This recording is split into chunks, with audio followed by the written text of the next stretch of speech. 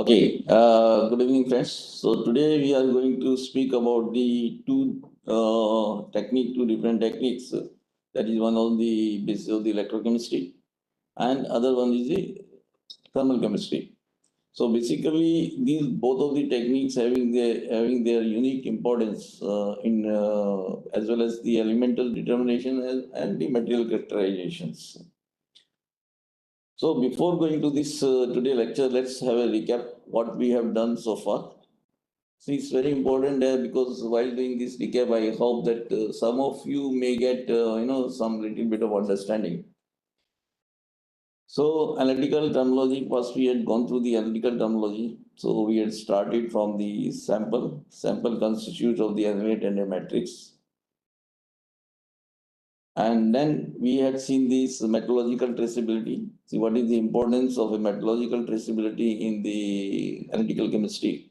Because whatever work we are doing it until unless it's having some quality assurance, then there is no meaning of the number which you have generated to this one. So you have to bring in confidence of a person whom you are submitting the result that the analysis has been carried out by in a proper fashion, or it actually contains the result whatever you are submitting it. That's only possible if you simultaneously do the certified reference material or standard reference material. In case if both of these things are not available with you, because some the metrics are so many complex are there, so you have to prepare your in-house reference materials. So you can, because you have a knowledge about that material, so you can prepare and spec that in-house material and then prepare your in-house reference material. So that whenever you are whatever methods, techniques or method you are employing for that one, you make it sure that you are making the correct measurement of that analytes.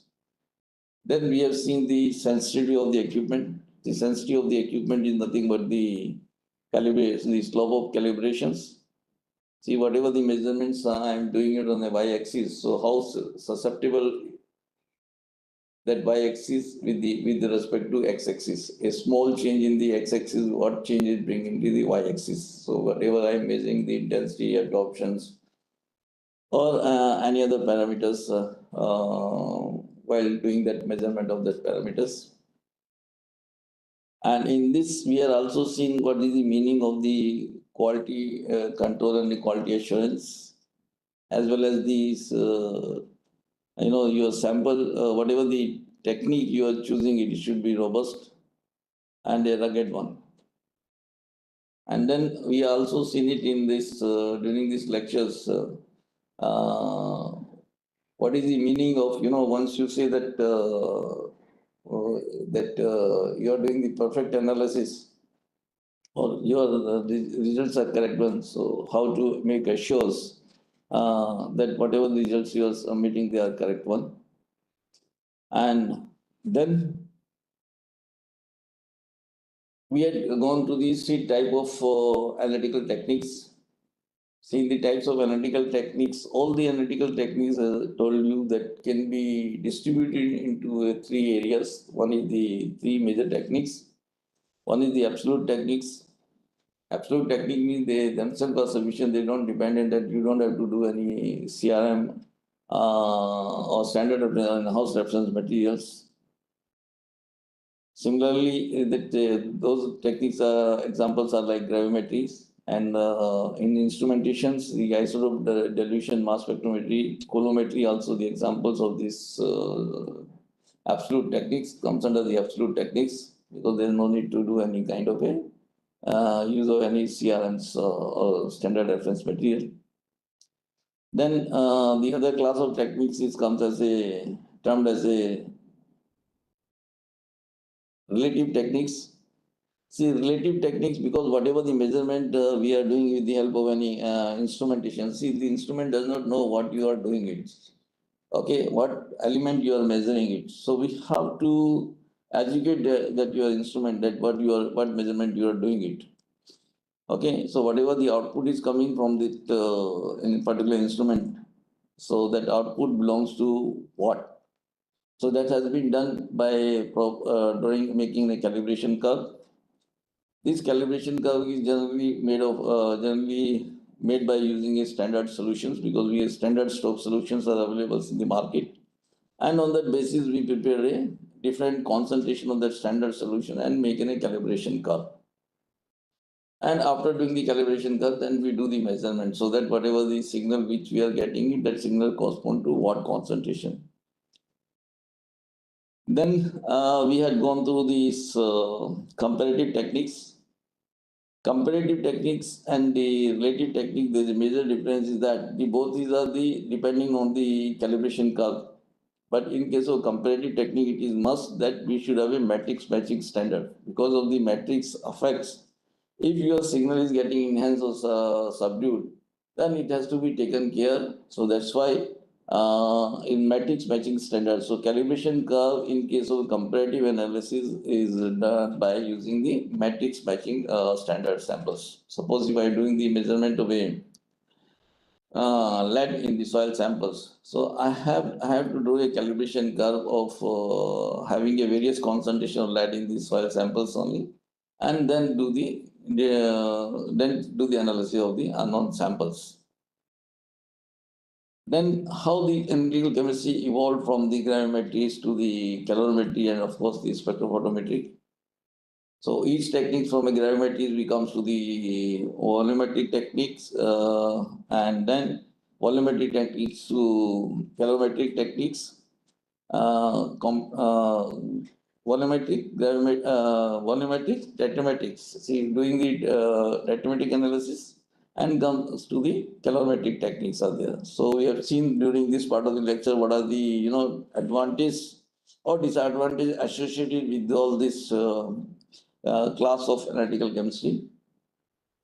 And then we had gone through this importance of sampling.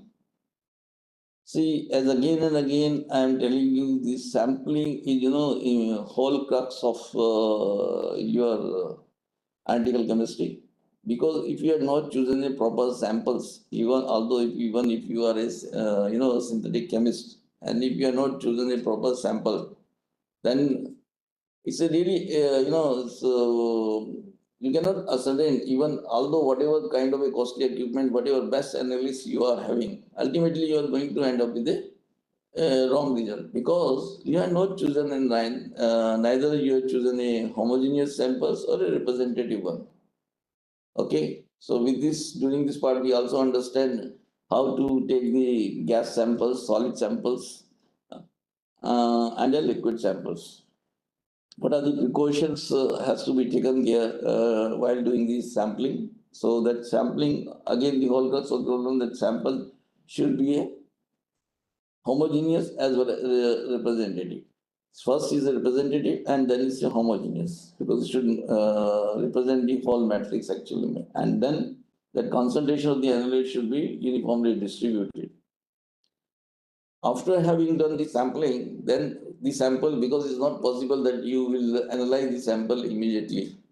This is very rarely only on the spot, or in-field analysis of the analyte is very difficult. Only some of the cases where the concentration is very high, or some of the methods like now in-field XRFs are coming, we can do the determinations of certain elements on in-field also. But we have to bring the sample and then store it. So during the storage of the samples, one has to take care that your sample should not get decomposed, should not get contaminated either due to the atmosphere or due to the container, because the sample must be containing in the some kind of a container. Then we had discussed also the difference between the normal analytical chemistry and the environmental analytical chemistry.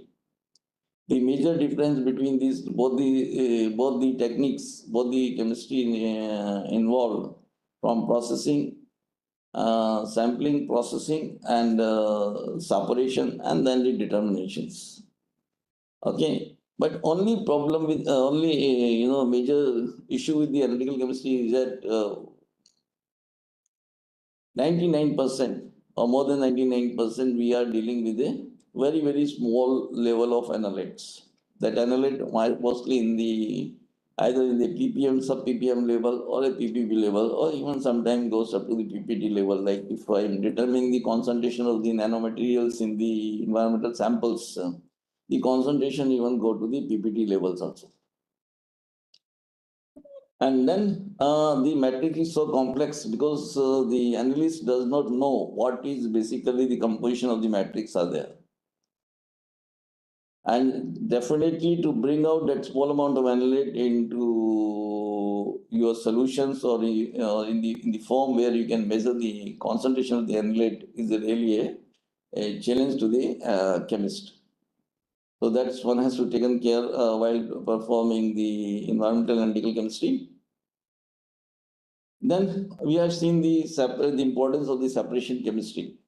The separation chemistry is again is a very, very important part of the analytical chemistry, because you have to separate your analyte from your major matrix. Okay, so in this we had discussed about this ion exchange chromatography, solvent extraction, ion exchange chromatography, ion exchange, and then chromatography. So in this, I had given one of the beautiful example of how we are doing the determination of trace elements in the uranium sample.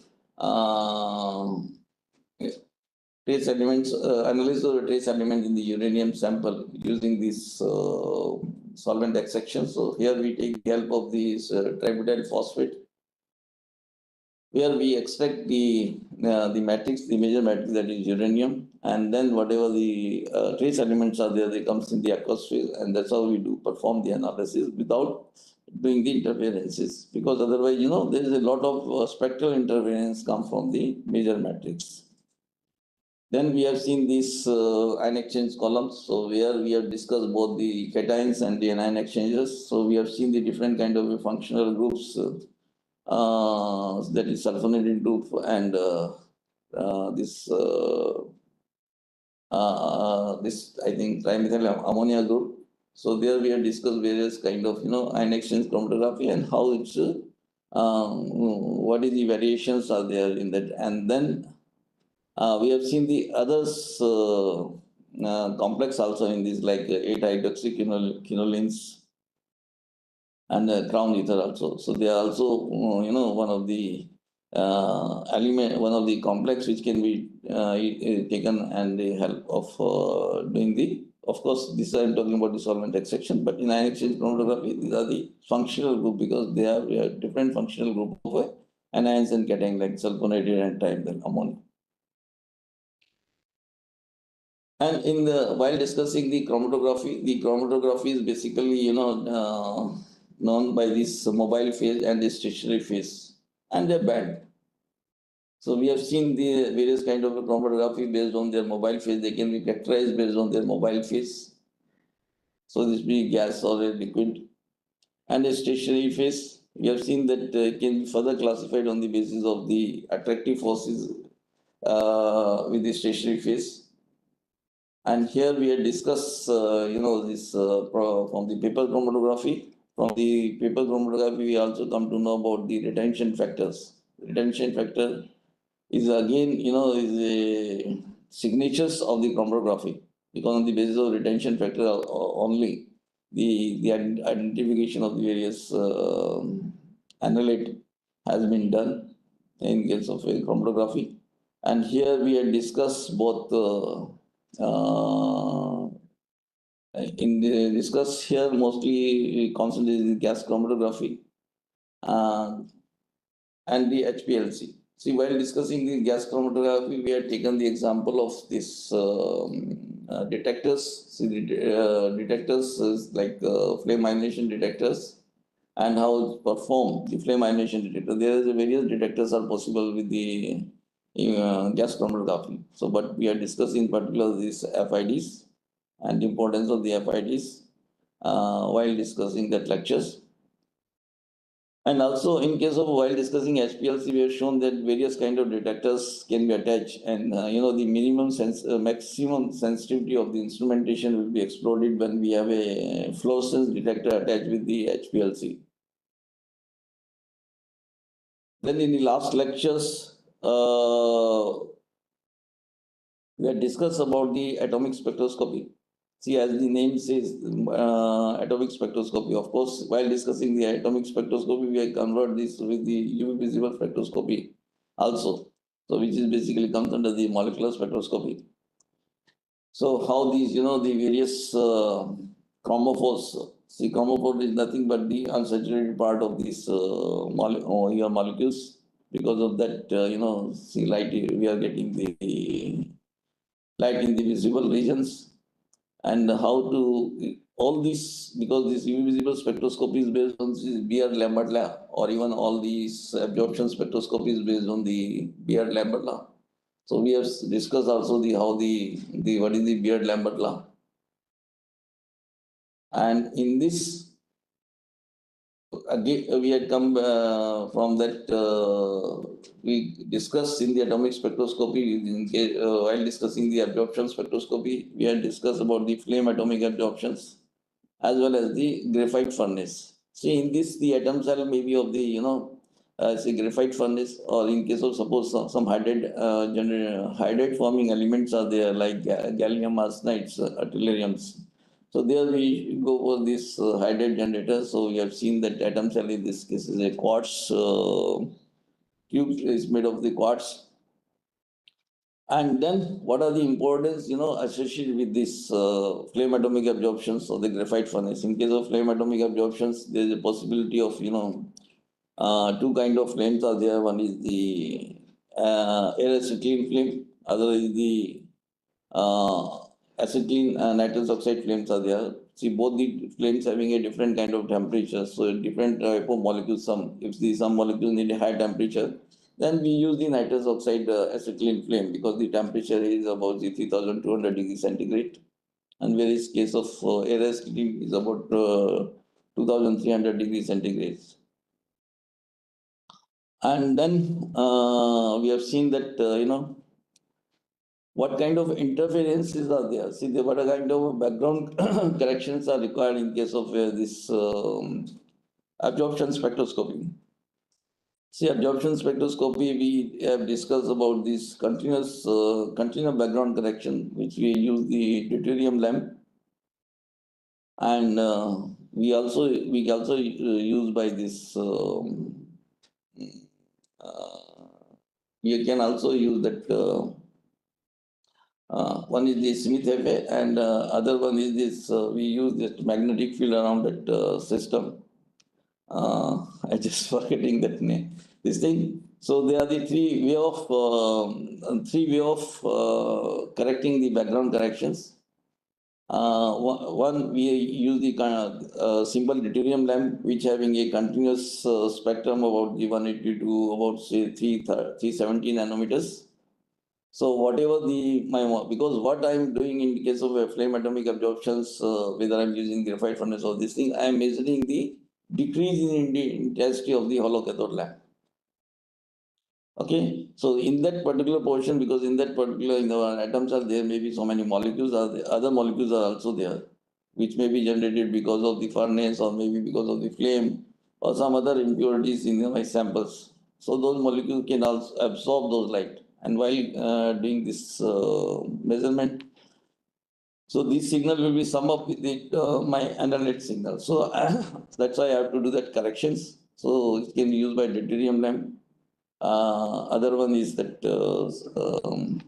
otherwise I can put in the magnetic field also around that atom cells, so that the molecular, these atomic levels of those atoms which are responsible for this background, they will be elevated. They will be elevated or suppressed. So that's how I can detect it. So I will do the measurement twice. One with the system on, that is a lamp on, or the magnetic field on, or otherwise and simply by doing the without that.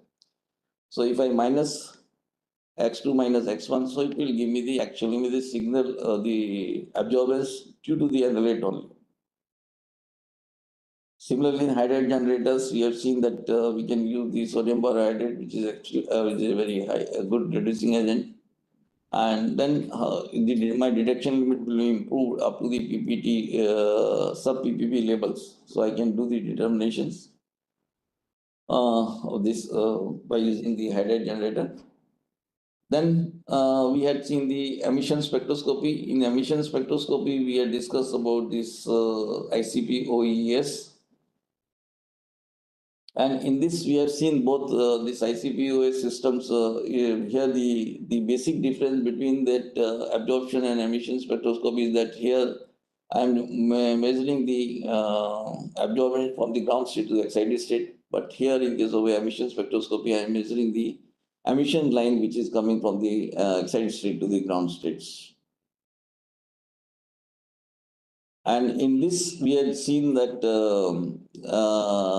the temperature is, see, for example, the maximum temperature in case of a flame atomic absorption spectroscopy is about 3200 degrees centigrade. Whereas in case of ICP-OS, we are working in a basically temperature go from 10,000 to 6,000 Kelvin. But the analytical zones we work in mostly in the range of 5,000 to 6,000 Kelvin. So at this high temperatures, so most of the atom, even the oxides, some of the oxides will become atomized. And then we will measure the emissions line. And this ICP-OS comes both, there is a axial design. Axial design means if my plasma in a horizontal fashion, so it's called an axial views. And if it is a vertical one, then we have a radial views. And we have seen also what is the drawbacks of a axial view and advantage of axial view, because my atom gets more time in the path of the light. So, but that's why we have improved detection limit. But similarly, I am having a problem because if some interferences are there, so they are also very high. So that's why the sensitivity is less in case of a axial view, whereas the detection limits are very good. But in case that can be avoided by using the radial view. Nowadays, plasmas are coming where we can have a actual with the axial design plasma there, but they will provide a small window so you can view your plasma radially also. So those disturbance, those interference can be or drawback of the actual view can be taken care by viewing in the radial view. Then we had discussed this mass spectrometry. See, mass spectrometry, again here, see in ICP-OS, we can have both atoms and ions only, ions. So because ICP-OS, we are measuring either atomic emissions line or the ionic emissions lines are there. But in case of mass spectrometry, we must have these ions only, because the separation is driven by the charge to M by Z ratios only, mass to charge ratios only, the detection that there are separations. So whatever the sample is there, it will be first introduced into the instrument mass spectrometer, where it will be vaporized. And after having formation of the vapor, it will be have to getting interaction with a high stream of electrons. So where it will be converted into the ions, and then these ions are further getting accelerated. So it will put in a electrical accelerations of these ions, and then they subject to magnetic field. So depending on the M by Z ratio, they will be separated in that mass analyzer. And then finally they come up to the detectors. So in this also we are discussing what kind of various ionization techniques are available with the mass spectrometers. And one of them is the MALDI, that is matrix assisted laser ionization technique. And then we are also seeing the what kind of detectors are available in these things. So far we have done half portion of whatever the my course is there. Now today what we are going to discuss is if any kind of a queries or questions are there, please come forward.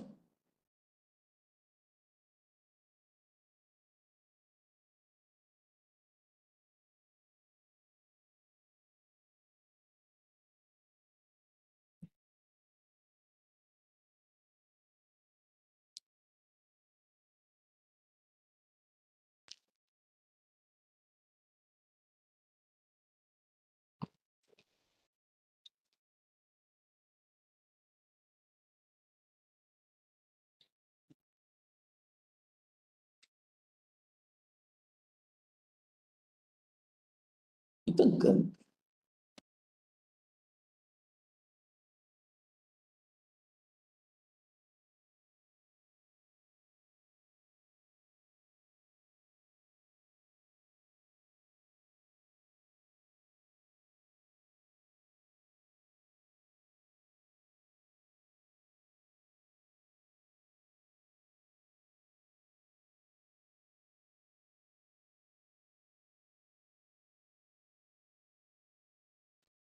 Okay, friends, if there is no more questions, then we'll proceed for the today lectures.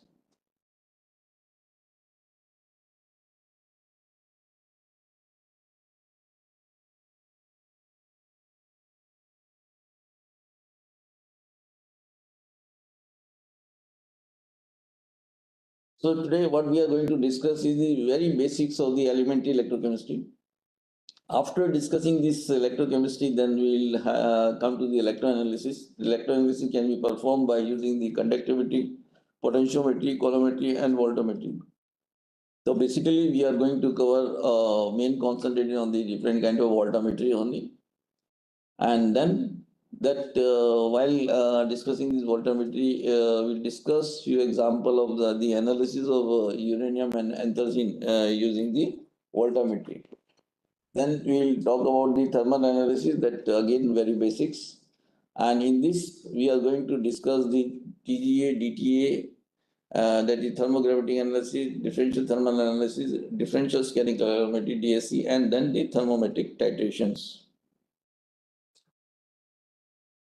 What is electrochemistry? See, electrochemistry is nothing but the production of electricity from energy released during a spontaneous chemical reaction. This is very important to have spontaneous chemical reactions. And also use of electrical energy to bring about a non-spontaneous chemical transformations. So what are the examples for those things? Like in the galvanic cells, which is a spontaneous chemical reactions and is used in the battery. So we are using the copper and the zinc. So copper have a reduction potentials about say 0.34, whereas zinc reduction potential, standard reduction potential is a minus 0.76, and then we make a cell out of it. So we'll get a net potential about 1.10 volts. Similarly, the electrolytic cells, where we consume electrical current to make a non-spontaneous reaction, to carry out the non-spontaneous reactions, and that's why it needed an external source. So where you are using DC powers. And generally, when we discussed about the electrochemistry, we are having the three things: the anode, the electrode at which the oxidation done, cathode, the electrode where the reduction occurs, and a salt is generally a device used to maintain electrical neutrality. And electron always flow. This is again a very elementary thing. Away always from anode to cathode, and that too through a wire rod. So generally, these are the example where the reductions of see in this you can see the reduction of a copper, silver, and a zinc, whereas the oxidation at the anode of a copper, and we have seen the hydrogen and aqueous solutions.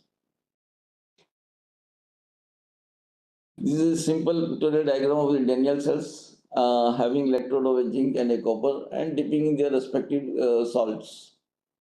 Okay, so here the zinc, which has anode, had been dipped in the zinc sulfate solutions, and a copper metal has a copper sulfate solution. So that's how the net reactions. That zinc is getting oxidized to zinc 2 positive, and copper is getting reduced to copper solid.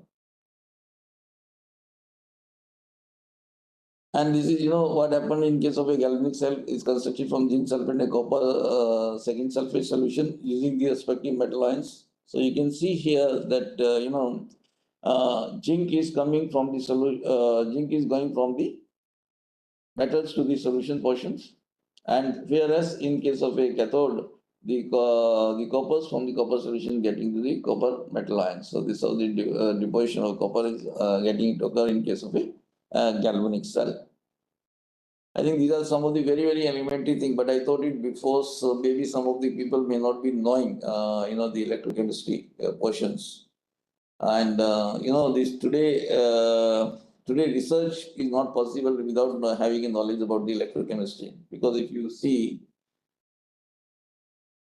See, right now we are mostly worried about these various energy sources and the generation of the hydrogen, one of this water splitting is only possible by using the having a sound knowledge of the electrochemistry and that generation of the hydrogen, that generation of the green hydrogen. So that's why some of the you people are working on the electrochemistry. I'll be very happy to have an interaction with them. Similarly, this electrolytic cells, so where the electrolysis of a molten sodium chloride is going on. Here the is a non-spontaneous reactions convert into a spontaneous reaction using the electrical energy, which convert into the chemical energy. And this how this the flow of the electrons are there. Because here the flow of the electrons are like this. So external connections and movement of electrons through the external wire within the solution, migration of cations and anions, and as the electron surface oxidation and reduction reactions are occur. So this is basically a general composition whenever any electrolytic cell has been made, and many electrolytic cell has been made for the purification of the metals actually. And this is standard cell notation. I think this you may be having a practice even in, I think, BSc definitely, but I think in a 12th class also we having this how to write a cell notations. So basically anode and anode solutions, and then it will be represented by a liquid junction potential, that two lines, and then cathode solution and a cathodes. So this is our, the basic understanding about the electrochemistry. How electrochemistry either can be used from a chemical reaction, we can convert into electrical energy, or electrical energy can be used to bring out the chemical reaction. And then in anode and a cathode, we are having the reduction taking place, whereas the anode oxidation take place. Then we have seen both the galvanic and the Daniell cells. See, all the electrochemistry, whatever the work we are doing is based, based on this Nernst equation. What is the Nernst equation?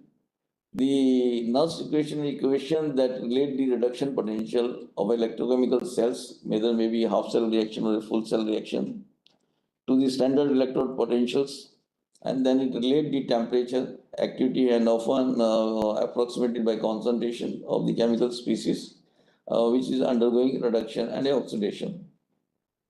And actually, this equation is named by the German physical chemist, that is Walter Nernst. And a qualitative relationship between the cell potential and the concentration of the ions is generally shown, that is shown here. And we can relate this equation by using the standard thermodynamics. What say that the actual free energy, that delta G is related to the free energy change under standard state. That is, standard state means that the standard temperature and the pressure. That is, standard temperature is about 25 degrees centigrade and 1 atmospheric pressure. By the relationship that delta G is equal to delta G naught plus RT ln Q, whereas QR is nothing but a reaction quotient, because if a reactant is going to the product, so the product upon reactant is termed as a reaction quotient. And then it will relate to the Faraday, that the delta G is equal to minus NFE. Basically, you can do the derivation of this thing, but it's not coming the purview of this coursework.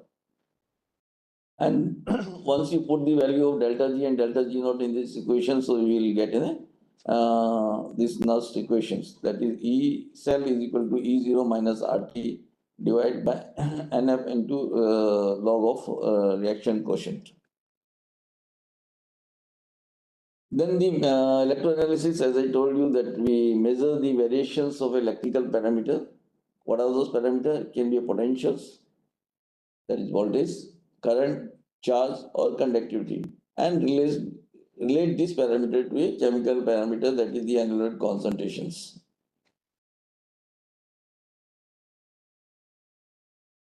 So voltammetry, basically polography is a subclass of a voltammetry only. what we are doing in case of voltammetry is that measurement of a current as a function of voltage under non-equilibrium conditions. And what we are doing it here, we are using a polarized microelectrode for this measurement. And scanning of voltage allow more than one analyte to be determined at once. Can be used for both aqueous and non-aqueous solution. And whenever the electrode is a mercury, the specific technique is termed as a polarography. Although in electrochemical cells need only two electrodes to operate, and it is very beneficial to introduce a third electrode. This third electrode we call termed as a reference electrode. What is electrode? This electrode which has a known and a fixed electrode potentials. And no current should ever pass this electrode, as a current would change this potential and possibly damage the electrode. The reference electrode is used to control the potential of the working electrode by measuring the voltage between the two electrodes. Then method in which the voltage and current curves are recorded is that polarography. In a polarography, we are using the dropping mercury electrode, and we can use this static mercury dropping electrode, that is SMDE. Whereas in case of voltammetry, use a stationary electrode, that is hanging mercury drop electrode, or a rotating disc electrodes. These are the various kind of a voltammetry techniques are there. That is linear sweep voltammetry. Linear sweep voltammetry is a voltammetric method where the current at a working electrode is measured, while the potential between the working electrode and a reference electrode is swept or changed linearly in time. Oxidation or reduction of species is registered as a peak or a trough in the current signal at the potential at which the species begin to be oxidized or reduced. Whereas the staircase potentials is a derivative of linear sweep voltammetry. See, in staircase voltammetry, the potential sweep is a series of stair step, like step. We are not giving it as in a linear one. And the current is measured at the end of each potential change, right before the next, so that the contribution to the current signal from the capacitive, why we do this, staircase potential, because we are avoiding the capacitive charging. Current is reduced actually, we can reduce by this method. Then cyclic voltammetry is a type of potential dynamic electrochemicals measurement. In a cyclic voltammetry experiment, the working electrode potential is damped linearly versus time. Unlike in a linear sweep voltammetry, after the set potential is reached in a cyclic voltammetry experiment, the working electrode potential is damped in the opposite direction to return to the initial potential. These cycles of ramp in the potential may be repeated as many times as needed, and the current at the working electrode is plotted versus the applied voltage. That is the working electrode potential to give the cyclic voltogram traces. Then the anodic stripping voltammetry or cathodic stripping voltammetry and adjoptic stripping voltammetry. See, as the name says, that stripping, it means that something is getting absorbed and then you have to strip it. So anodic stripping voltammetry, what we have to do, that we have to doing the absorbance, we are getting first the analyte, we are pre-concentrating the analyte at the anode, and in case of a cathode, the same thing is getting done at the anode side. And then in case of adjoptic stripping voltammetry, see, anodic stripping and a cathodic stripping voltammetry, what we are doing, we are taking the help of a electroanalysis or a potentials. But in case of a adjoptic stripping voltammetry, same thing, the pre-concentration of the analyte is done with the help of a chemical methods. So what is adjoptic stripping voltammetry is similar to anodic and cathodic stripping voltammetry, except that the pre-concentration step is not controlled by the electrolysis. And here the pre-concentration step in adjoptic stripping voltammetry is accomplished by adsorption on the working electrode surface or by reaction with a chemically modified electrode.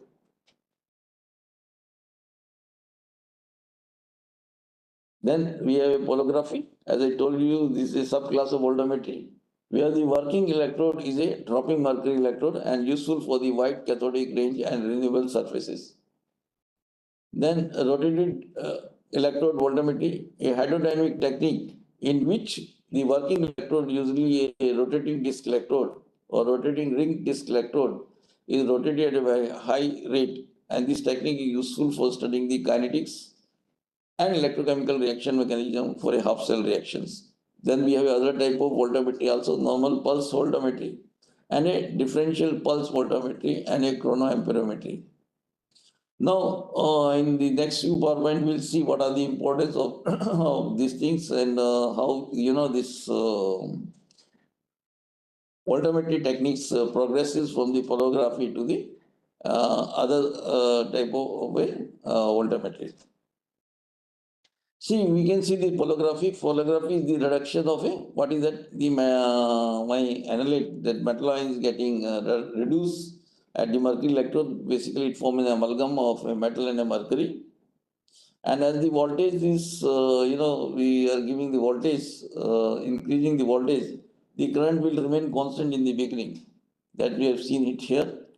Okay, so this is basically, the limiting current, which is the sum of the residual current and the diffusion current.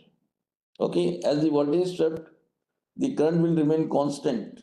So this current is remain constant since the microelectrode is polarized, and until the voltage is sufficient to drive above the reaction. So there, and then the current will then increase to reach another limiting value. So when the analysis is complete, so again it will reach a limiting value.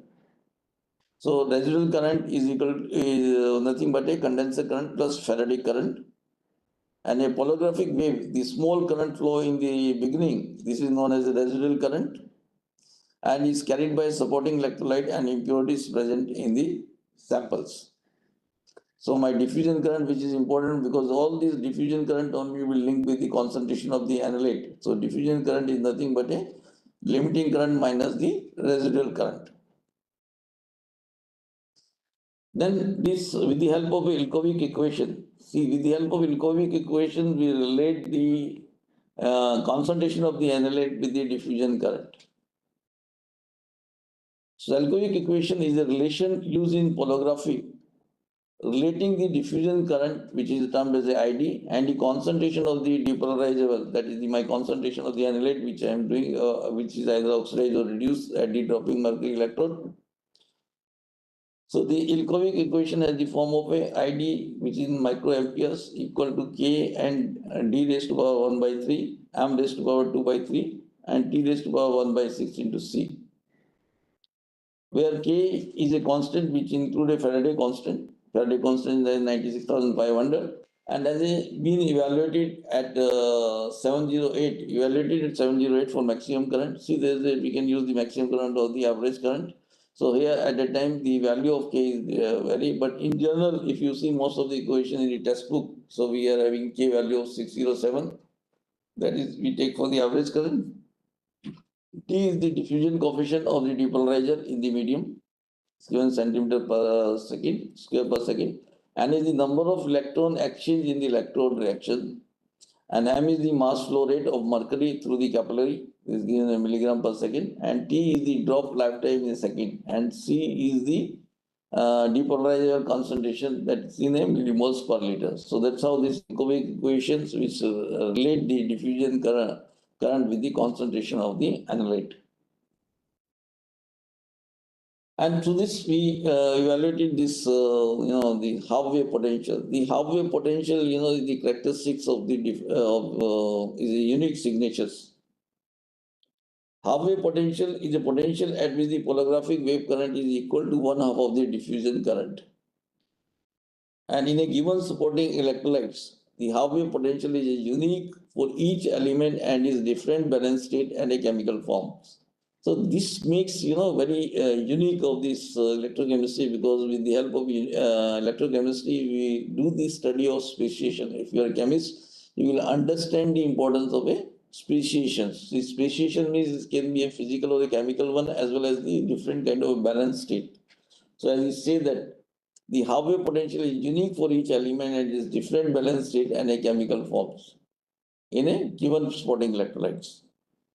And the observation of a current peak at a specific halfway potential therefore identify the chemical species producing the current. So that's how we identify which element it is. So if there is more than two elements are there, then there will be two halfway potential will be generated in, we see that current and voltage graph. So you can see in this thing, there is a two halfway potential there. Now we'll take some of this problem which is associated with this classical, because polarigraphy. Why this classical polarigraphy is not, why we need a, the sophisticated voltammetry or staircase or linear sweep voltammetry, anodic stripping, why we need all those things? Because, there is a little control could be achieved, especially in relation to the size of the drop of the mercury, because there is not much control. And variation in size as drop were formed meant that the limiting current fluctuated, which limit the sensitivity. And a newly introduced technique, because when we are doing the comparison of the one technique, it has to be with respect to other techniques. So when we compare this polographic technique with this flame atomic absorption spectroscopy, FAS, or other atomic spectroscopy, so their detection limits are very, very poor in case of a classical polography. And also their resolution is also fair, because difference between halfway potential need to be more than 0.2 volts for different analytes. So even some of the analytes is difficult to analyze also, because in the mixture of when your solution having different kind of analytes are there, because each analyte if the difference is not more than is less than 0.2 volts, you cannot detect it, because your resolution in case of classical polography is approximately 0.2 volt. So how we have overcome these difficulties? So we can improve by improving our current sampling and also the voltage pulsing. So this has been done with the help of developing of these better electronics. Current sampling allowed measurement to be taken when the drop was fully formed. Okay, so we are doing the current sampling when drop was completely formed it, and overcoming the variations of the limiting current with the drop size. In addition, we take two measurements before and just after pulsing, and the difference in the values was calculated automatically by the algorithm which we are using with this processor. And effectively, a peak is produced rather than a wave, providing a massive improvement in the sensitivity. You can see here now from 0.2 volts, we can our resolution is having a less than 0.05 volts. So that's how we had improved the resolutions by improving the current sampling and the voltage pulsing, by using combination of current sampling as well as the voltage pulsing. So these are the example where we are showing that how we are doing the sampling of current. That first measurement 50 milli, because this is a 50 millivolt pulse has been shown. The first measurement has been done just 15 millisecond before pulse is forming, and second measurement is done 15 millisecond before end of the pulse. And when we differentiate, so this is a kind of peak getting generated. So plot of different current, that is difference between the two reading of the current, produce a peak, and whose height relate to the concentration, and whose maximum is at a halfway potential. Okay, so this is at the halfway potential. So that's how it will a unique signature for that elements. So this is just a basically principal polography, simply based on this Ohm's law. And electrode here against we are having all the voltammetry working electrode, reference electrodes, and the auxiliary electrodes. So this is a particular PowerPoint is showing it the drop life with the various dropping mercury electrode and static mercury electrode and hanging mercury electrode. So we can see that one drop size stable for a lifetime. This is because the maximum lifetime of this drop, we are getting maximum drop is getting in case of a hanging mercury drop electrodes, and how it improve my sensitivity and detection limit, that we will see in this next PowerPoints. See, the basically reference electrode is from a silver chloride and a potassium chloride, which is here putting as an exchangeable electrolytes in this reference electrode. Auxiliary electrodes, basically, I either can choose a platinum or a glassy carbon, depend on the applications. Then different modes of in case of a direct current, drop life of a static mercury dropping electrodes, that is the area and the time graph is showing here.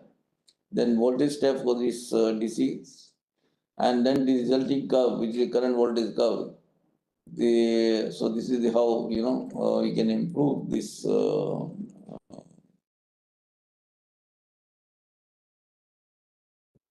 While in case of a differential pulse, see drop life of a static mercury drop electrode and voltage step for the DP, and then resulting curve. Now you can compare, see both these curves. So here we having a peak is getting generated here. So that's how.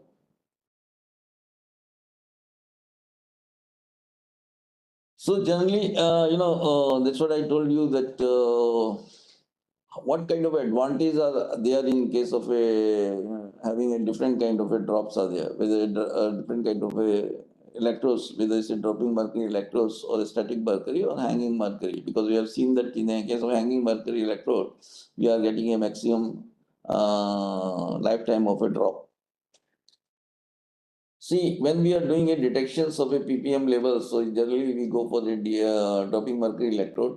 And when the detection is a low ppm, then it's better to use the static mercury drop electrodes. And in case of a traces, that is a PPV and a PPT range analysis is done, then we either go for the hanging mercury drop electrode or a rotating disc electrode. And the whatever you have seen, both the direct current and the life and the voltage current graph in the last two PowerPoints. So you can relate it with this one.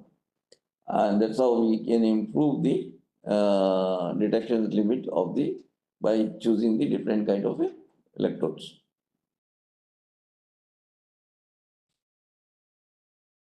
See, choice of electrolyte, generally we use a buffer, okay.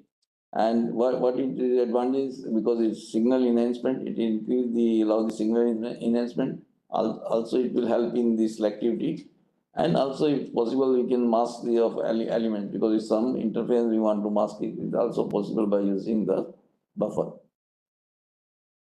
Now, what is happening in this polography? See, basically, what we are measuring is the reduction only, that species getting reduced.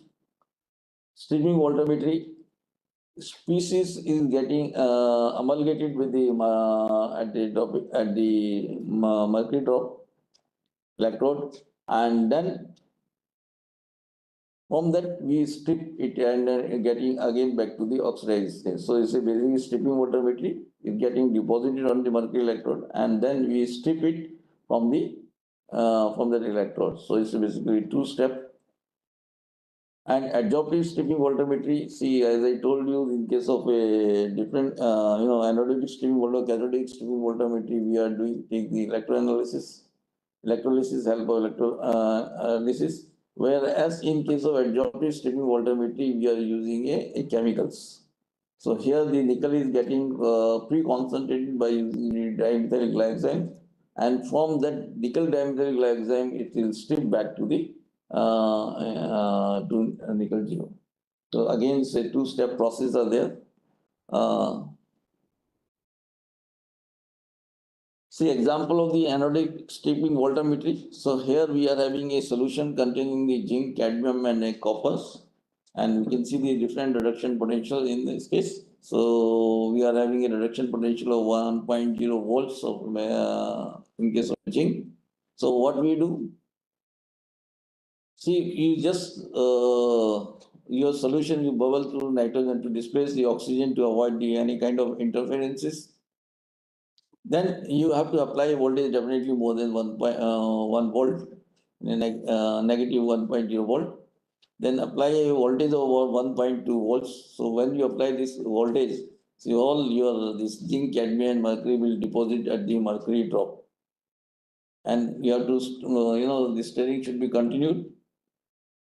And then stop the stirring and scan the voltage from minus 1.2 to 0 volts. So you will get your first signal, you will get of a peak of, you get a zinc followed by cadmium and copper. So like that, they will strip from that mercury electrode. And you can do that analysis, because definitely before that you have to prepare a calibration curve for both of these things, zinc, cadmium, and copper. And then you know that this peak height is related to the watt concentration. Then these are the some of the points you want us to take care while doing the stripping technique. See, deposition time can be varied a longer time for a lower concentration. Deposition voltage selected to ensure all analyte can be deposited at the to the mercury drop. Use of stripping allows detection of at a ppb level, but should not be used for a high concentration, because the electrode can become a saturated and a selective deposition may results. In the stripping stage, the direction of the reaction is reverse. That is, zinc, cadmium, and copper ions release into the aqueous phase in the example as we have seen it. So the reaction must be reversible. Then this is the one of the example which we are using, the determination of the uranium at a ppb level, because as far as the our Department of Atomic Energy is concerned, we are very critical of doing the analysis of the uranium sample in the various kind of water samples.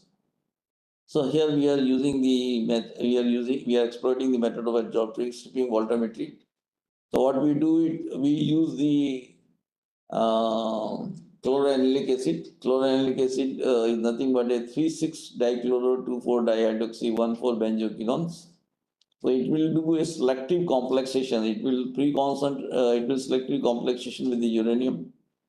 So basically, uranium get pre-concentrated while doing the complexations. But again, this example is that's complexation is very selective at a pH with the pH, because that also will show you also about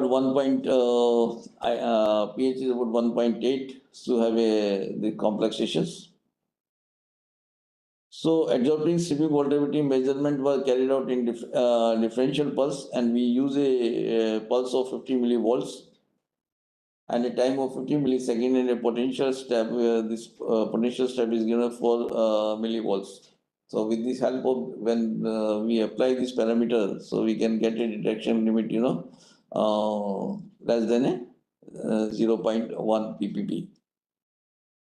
So this is how this, complexation take place of the uranyl ion, because uranium in the aqueous medium is present as a uranyl ions. So uranyl ions is a chloroanilyl acid.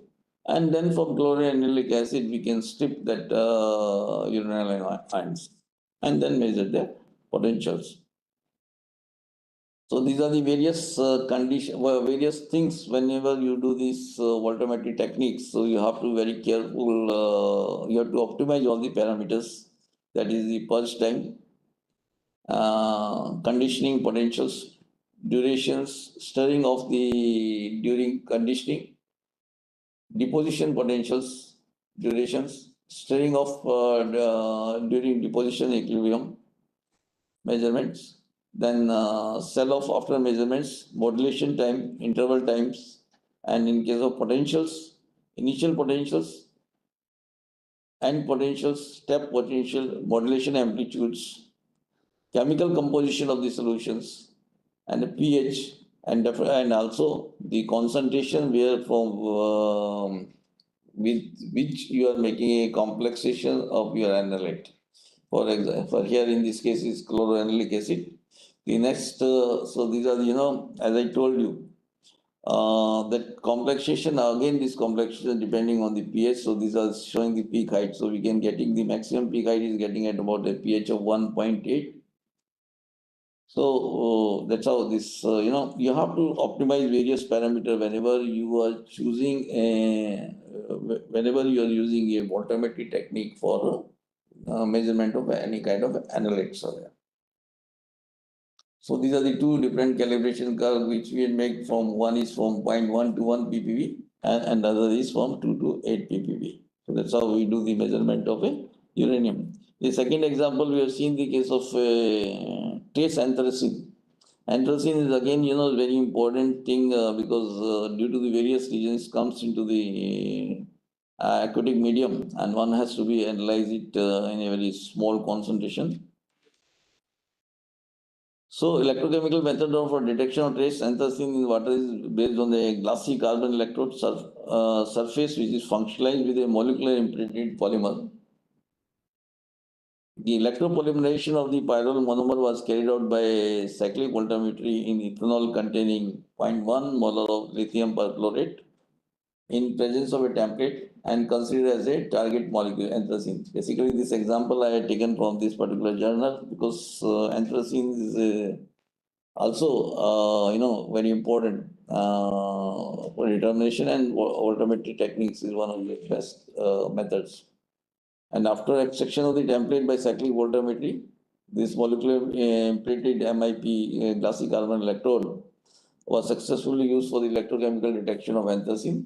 And the limit you see that 2.12 to 7.07 microgram per liter means the ppb range, that is in nanogram per ml.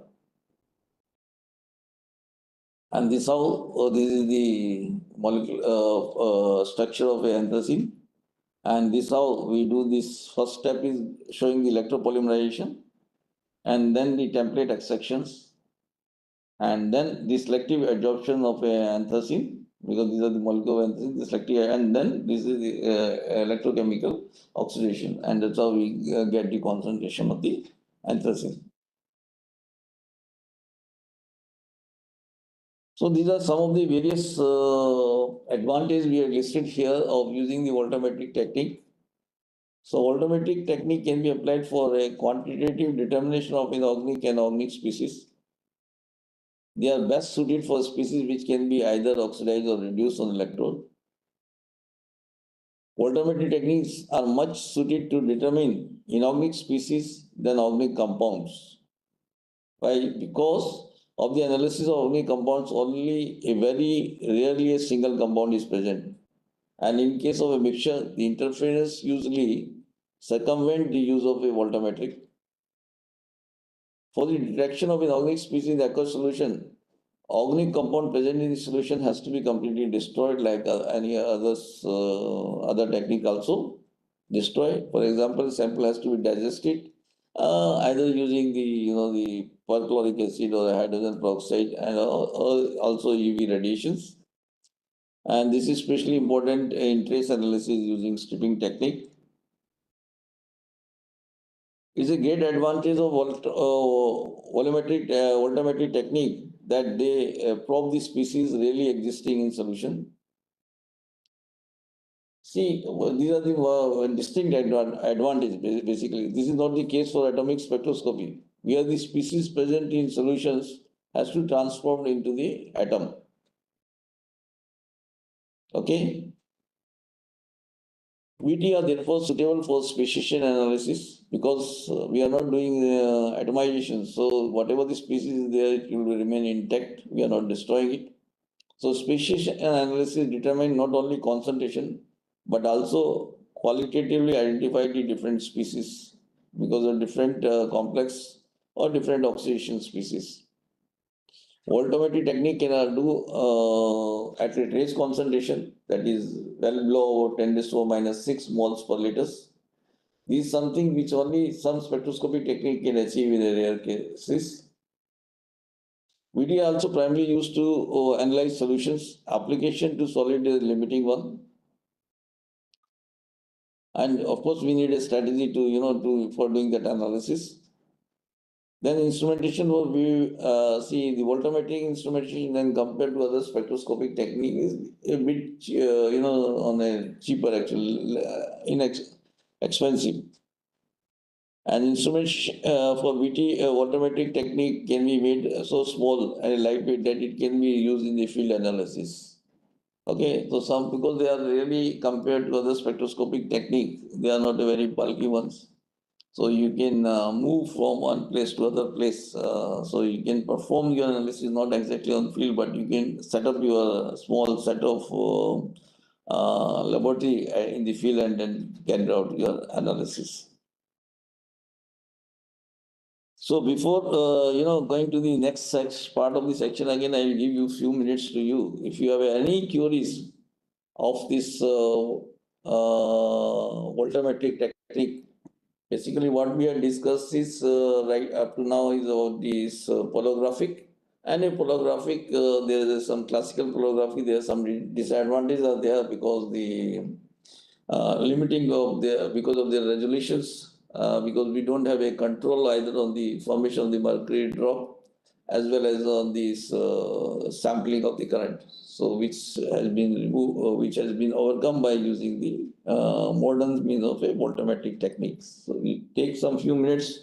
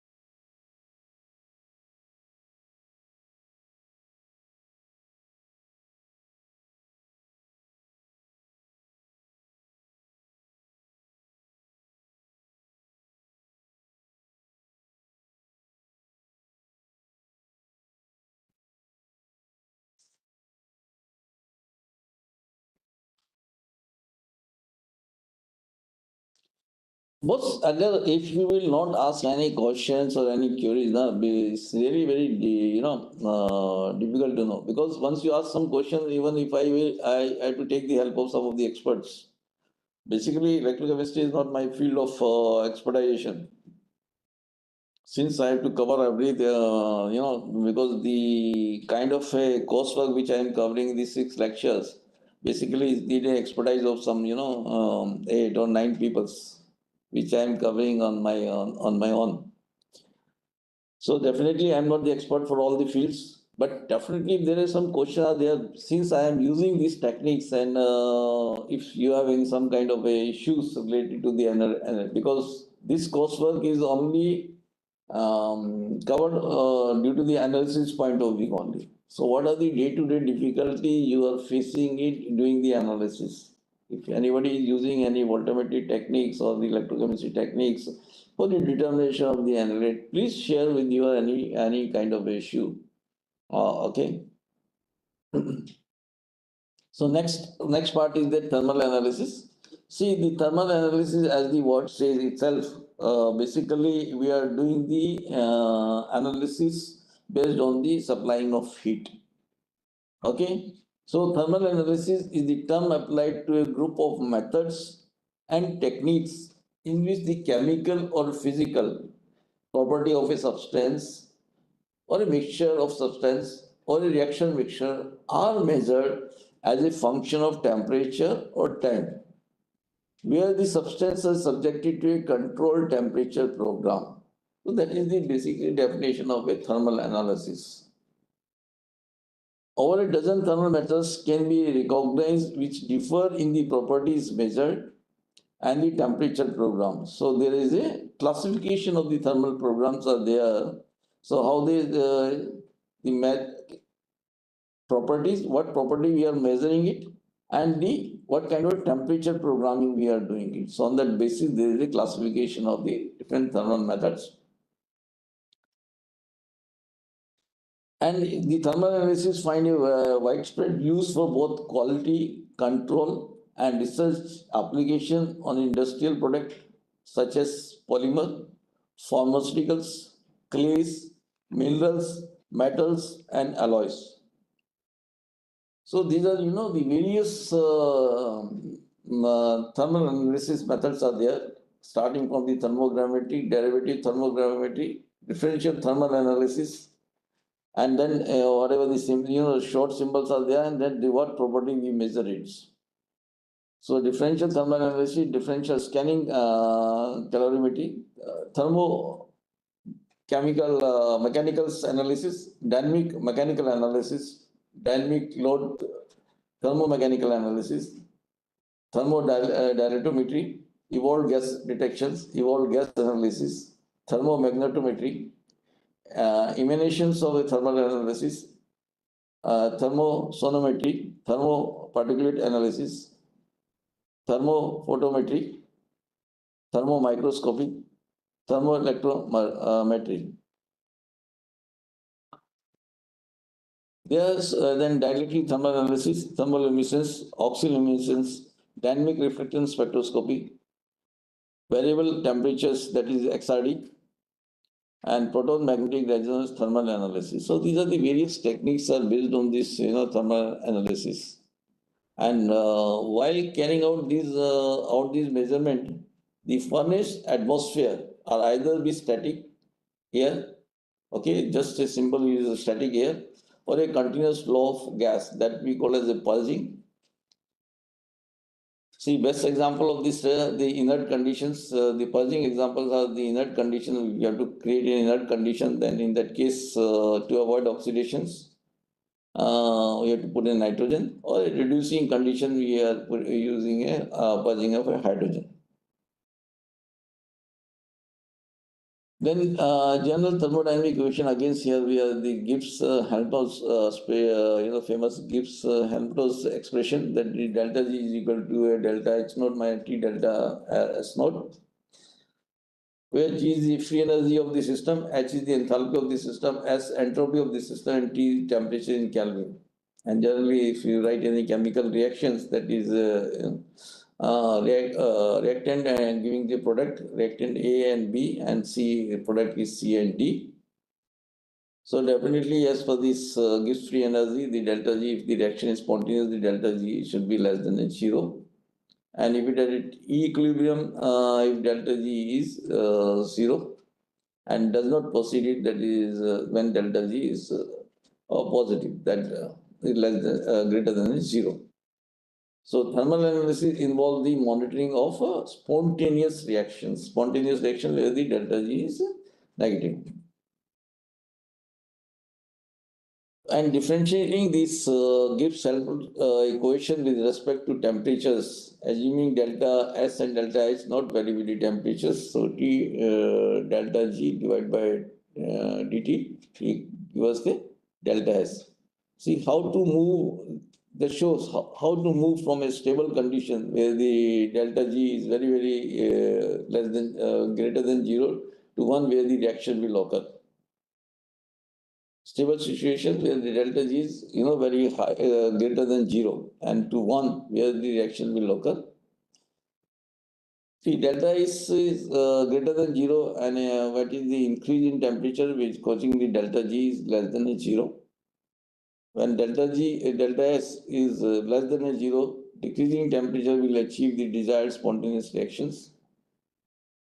And once the reaction is made to occur, thermal analysis may be used to detect the process, yielding the different and a complementary informations.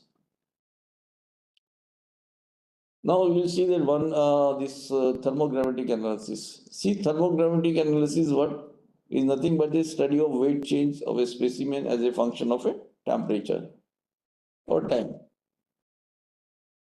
Here the temperature is increased at a constant rate for a known initial weight of the substance, and the change in weight are recorded as a function of a temperature at different time interval. The technique is useful strictly for transformation which involve absorptions or evaluation of gases from a specimen consisting of a condensed phase and a plot of mass versus temperature, that is thermogrammetric curve or thermograms, permit evaluations of a thermal stability, rate of reactions, reaction process, and a sample compositions. And measurement of changes in sample mass with temperatures are made using thermobalance. The balance should be a suitably enclosed system so that the atmosphere can be controlled.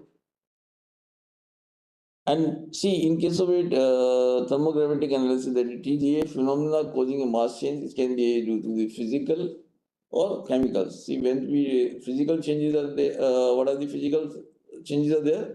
It may be due to the gas adsorptions, or maybe due to gas disruptions, or maybe due to the phase transition. Phase transition means that vaporizations or sublimations. Chemical changes may be due to decompositions, breakdown reactions, or gas reactions, or chemisoptions. So adsorption by means of a chemical instead of a physical forces. The basics of the TGA is measure change in weight in relation to the change in temperature.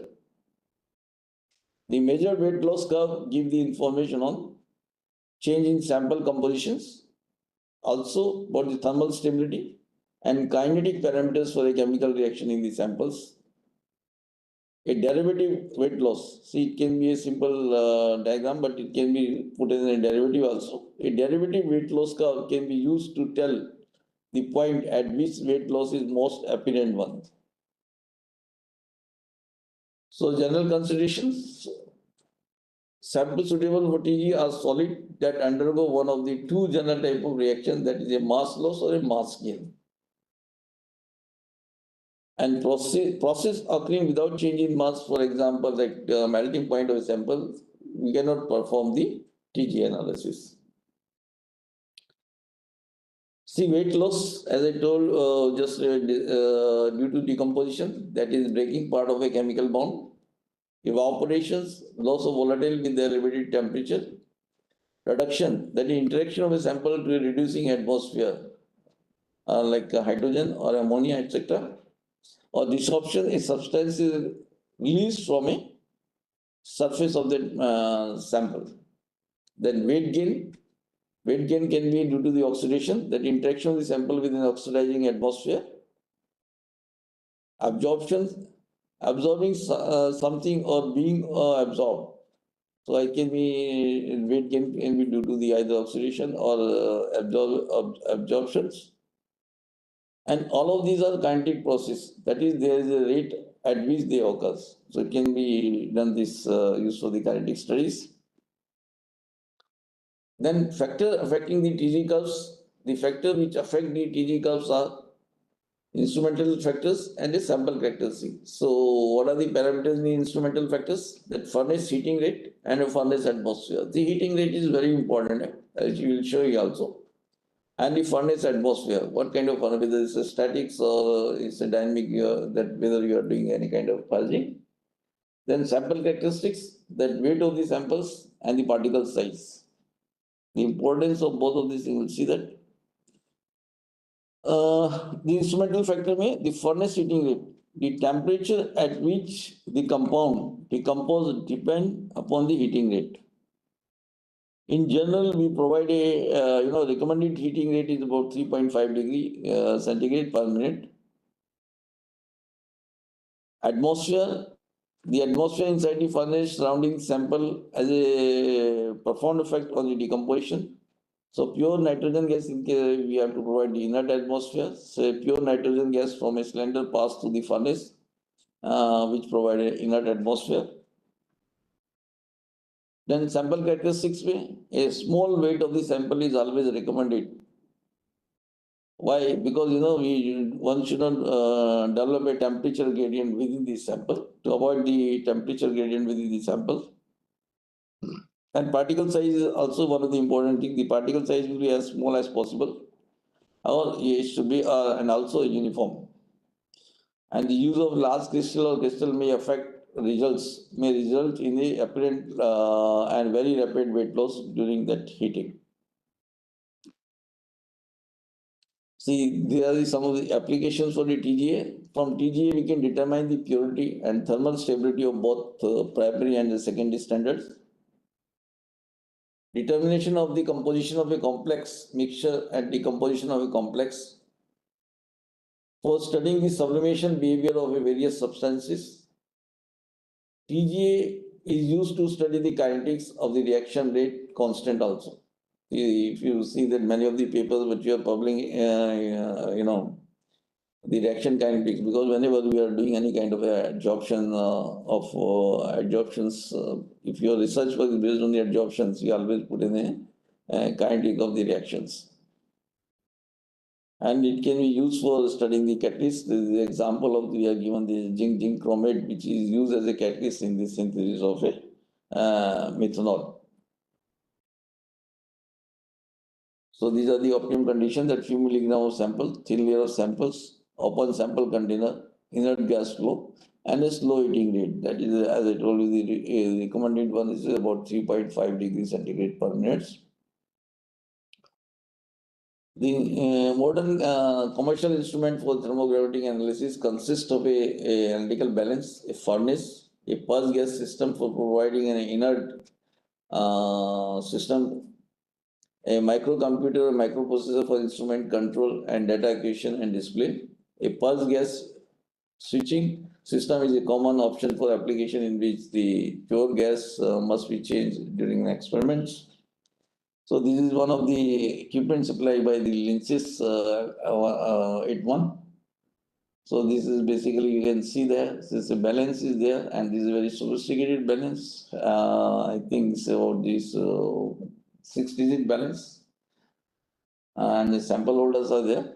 And in sample holder, there is a temperature program and the controller is there, because all these things kept in that furnace. So there must be a very good temperature program that this algorithm should control very good control on the temperature. And this is how this, that instrument from outside looks like. These are these application of these TG applications. So corrosion studies, that is oxidation or a reaction with the reactive gases, can be used for the gasification process and a kinetic process. So here we have seen that different constant heating rate, gradual heating rate, and the isothermic one. And here the sample size is about 1 to 100 milligrams, typically 5 to 20 milligrams. And heating and the cooling rate is vary from either from the 1 to 50 degrees centigrade per minute.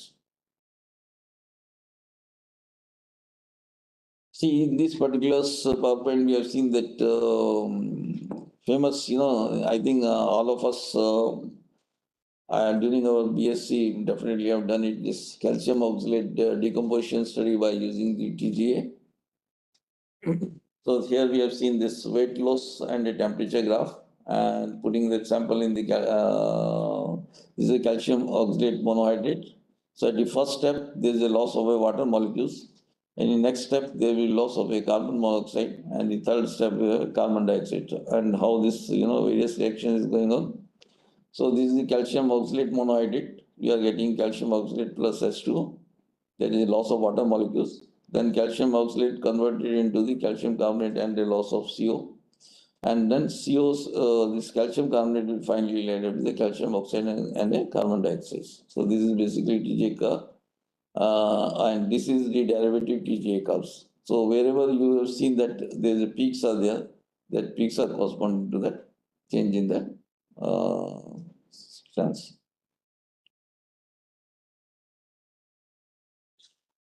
Then after this TGA analysis, there is a differential thermal analysis. So differential thermal analysis, the material under study and a basic of this particular differential thermal analysis. Here we not only take the sample, but it has to be studied with respect to inert reference. So material under study and an inert reference material are made to undergo identical thermal cycle. Both my sample as well as the reference material, what I am using it, they go to undergo identical thermal cycle. And any temperature difference between sample and reference, that's what we are recording it. And in this technique, the heat flow to the sample and reference material remain the same rather than see, this is very important. Here we are not controlling the temperature, we are controlling the heat flow. And in this technique, the heat flow to the sample and reference remain the same rather than the temperature. And this is how, differential temperature is then plotted against a time or against temperatures. So this is how the DTA curve is getting it. So in case of a endothermic or exothermic, either the peak will be this side or that side. So exothermic, that can be, orientation of the peak in the upward direction or the downward direction, that depend on the instrumentation. Whether he is giving a exothermic up, then he will give the endothermic down, or it may be in a reverse fashion also. So depending on the instrumentation manufacturer, actually.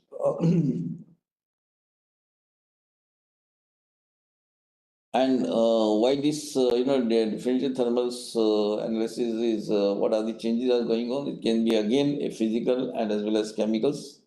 So it can be adsorptions, disruptions, change in the crystal structures, crystallization, melting, vaporization, or sublimations. See all these examples giving with the exothermic or endothermic. Chemicals may again oxidation, reduction, breakdown reactions, chemisoptions, or the solid state reactions. So this is the general diagram, block diagram for this DTA instrumentation. So you can see that it can be kept as a sample, and here is the reference materials. So here is the selection of the reference material is one of the very important thing. And what are the characteristics of the reference material? The reference material here generally taken either the magnesium oxide, aluminum oxide, or a silicon carbide. And what are the characteristics of this reference material? Should not go thermal events over the operating temperature. There will not be any kind of thermal reactions. And also it should not be inert over the holder, because the sample holder is there. It should not react with that thing. It should be inert over the sample holder or the thermocouple which we are using it. And the thermal conductivity and heat capacity should be similar to that of a sample. Then only we can measure the proper the heat flow. So it's again very important that the thermal conductivity and heat capacity should be similar to that of samples. So accordingly, we are choosing either magnesium oxide or aluminum oxide or silicon carbide. And it can be used for both quantitative analysis, can be used for the quantitative analysis. For example, doing the analysis of polymers, ceramic and metal industry. And of course, in the phase transition example is given as for the sulfur. And similarly, now this is a DTA curve in case of a calcium oxalate monohydrate. Okay, again here the similar kind of reactions is going on. So here the first thing, that loss of water molecules are there. And second one, there is a loss of CO is there. And then we have from the calcium carbonate to CO2. So again, depending on the exothermic or endothermic, the peaks are up and downs are there. This is a DTA curve of a copper sulfate pentahydrate. See, copper sulfate pentahydrate, it will not release because in all these three peaks, there is a release of a water molecules only. See, the first part, only two water molecules will be released and a temperature of about say 81 to 96 degrees centigrade. Then from 111 to 120 degrees centigrade, there is one more water molecule will be released. And at 220 to 250 degrees centigrade, only now one water molecule remains. So this is how we take curve for the copper sulfate pentahydrate. What is the basic difference between the TGA and DTA curves? See, TGA, we are noticing the mass change in mass with increase in temperature. We are plotting, whereas in case of DTA, we measure the temperature difference between sample and reference with increase in temperatures. Then we are plotting a graph of change in mass versus temperature. Here we are plotting a graph of delta T versus T. And change in mass information in case of TGA, we are getting change in sample composition, change in thermal stability, or change in kinetic parameter. Whereas in case of DTA, the maximum and minima give information about whether my reaction is exothermic or endothermic process associated with the sample. Now, this is the differential scanning calorimeter. See here again, also we need a reference material. So here my monitoring has been done again with the respect to the reference material. So what DSC do? DSC measure a differential heat flow associated with the transition in the substance and reference material, linearly heated at a predetermined rate as a function of time and sample temperature in a controlled atmosphere. These measurements provide both quantitative and qualitative information about physical and chemical changes that involves endothermic or exothermic or change in the heat capacity. Differential thermal analysis is suited for determination of characteristic temperature, while differential scanning calorimetry additionally allow for the determination of a caloric value such as heat of fusion or heat of crystallization. So we can get an additional information here regarding the say caloric value such as heat of fusion or a heat of crystallization. Both in DSC and DTA, sample and reference both are heated or cooled at a constant temperature, linearly at a temperature predetermined rate. And during a thermal event in the sample, the system will transfer heat to and from the sample pan to maintain the same temperature in reference and a sample pan. Basically, DSC, there are two kind of different DSC instruments are available. Okay, one is a power combustion DSC and a heat flux DSC. And both differ fundamentally in their instrumentation. This is just for your knowledge because I'm not covering this various aspects of which one. Hello.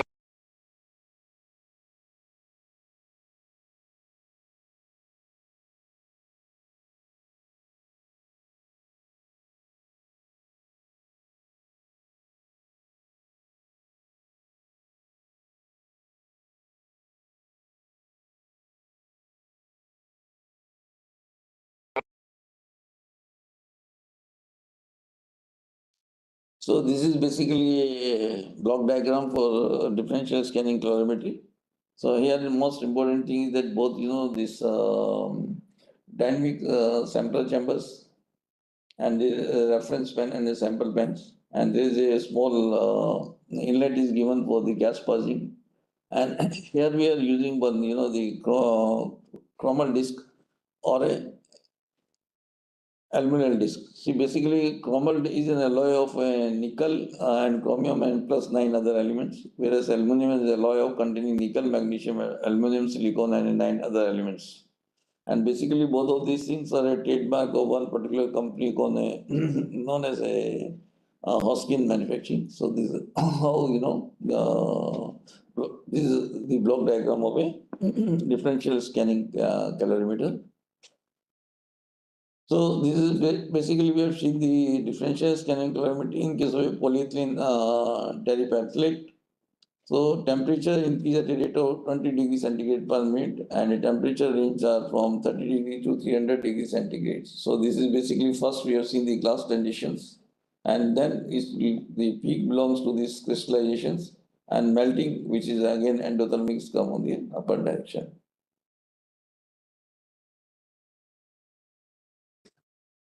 Then the last, there is thermometric titration. See, thermometric by titration, again, as the name suggests, here we have seen the acid bed titration where we are reaching the equivalence point when we have at the equivalence point.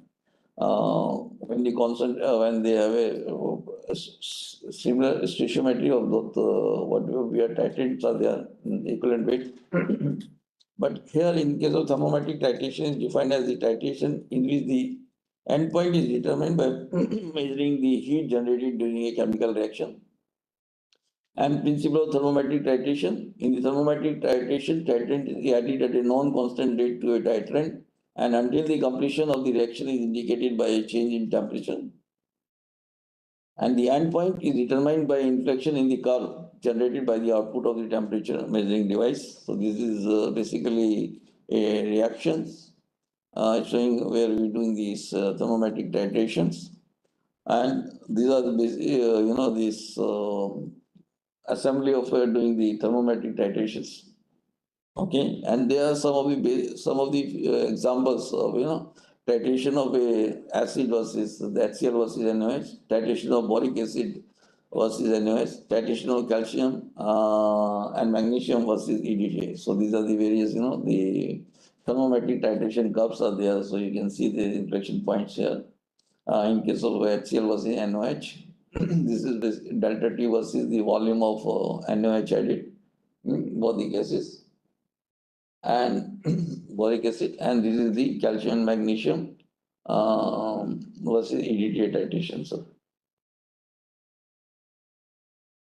So with this, we end up this today's lectures. Again, I'll request you that please, little bit active. If some question, if you have some kind of a query now, please come forward and ask. And as I already told you in the beginning, always be given our this email ID. As I already told you that all these lectures involve basically various kind of expertise are there. So I may not be expert for all kind of analysis. Definitely, I will go if I don't know whatever the queries you are having, I will go and those experts and ask for you. But in that process, I will also get some extra knowledge. So I'll be very happy to share to discuss few questions with you people.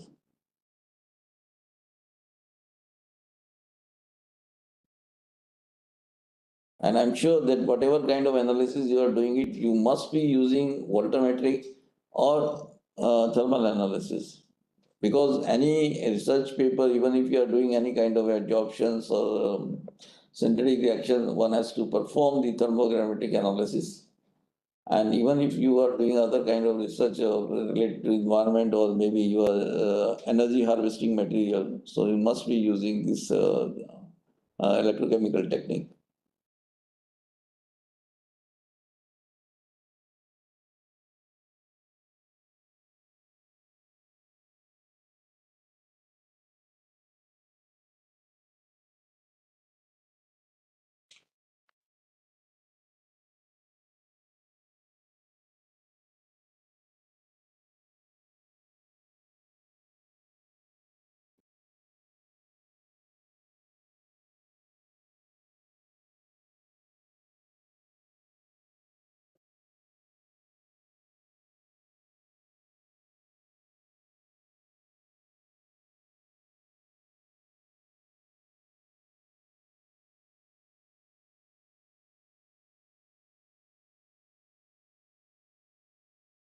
If not, then we think all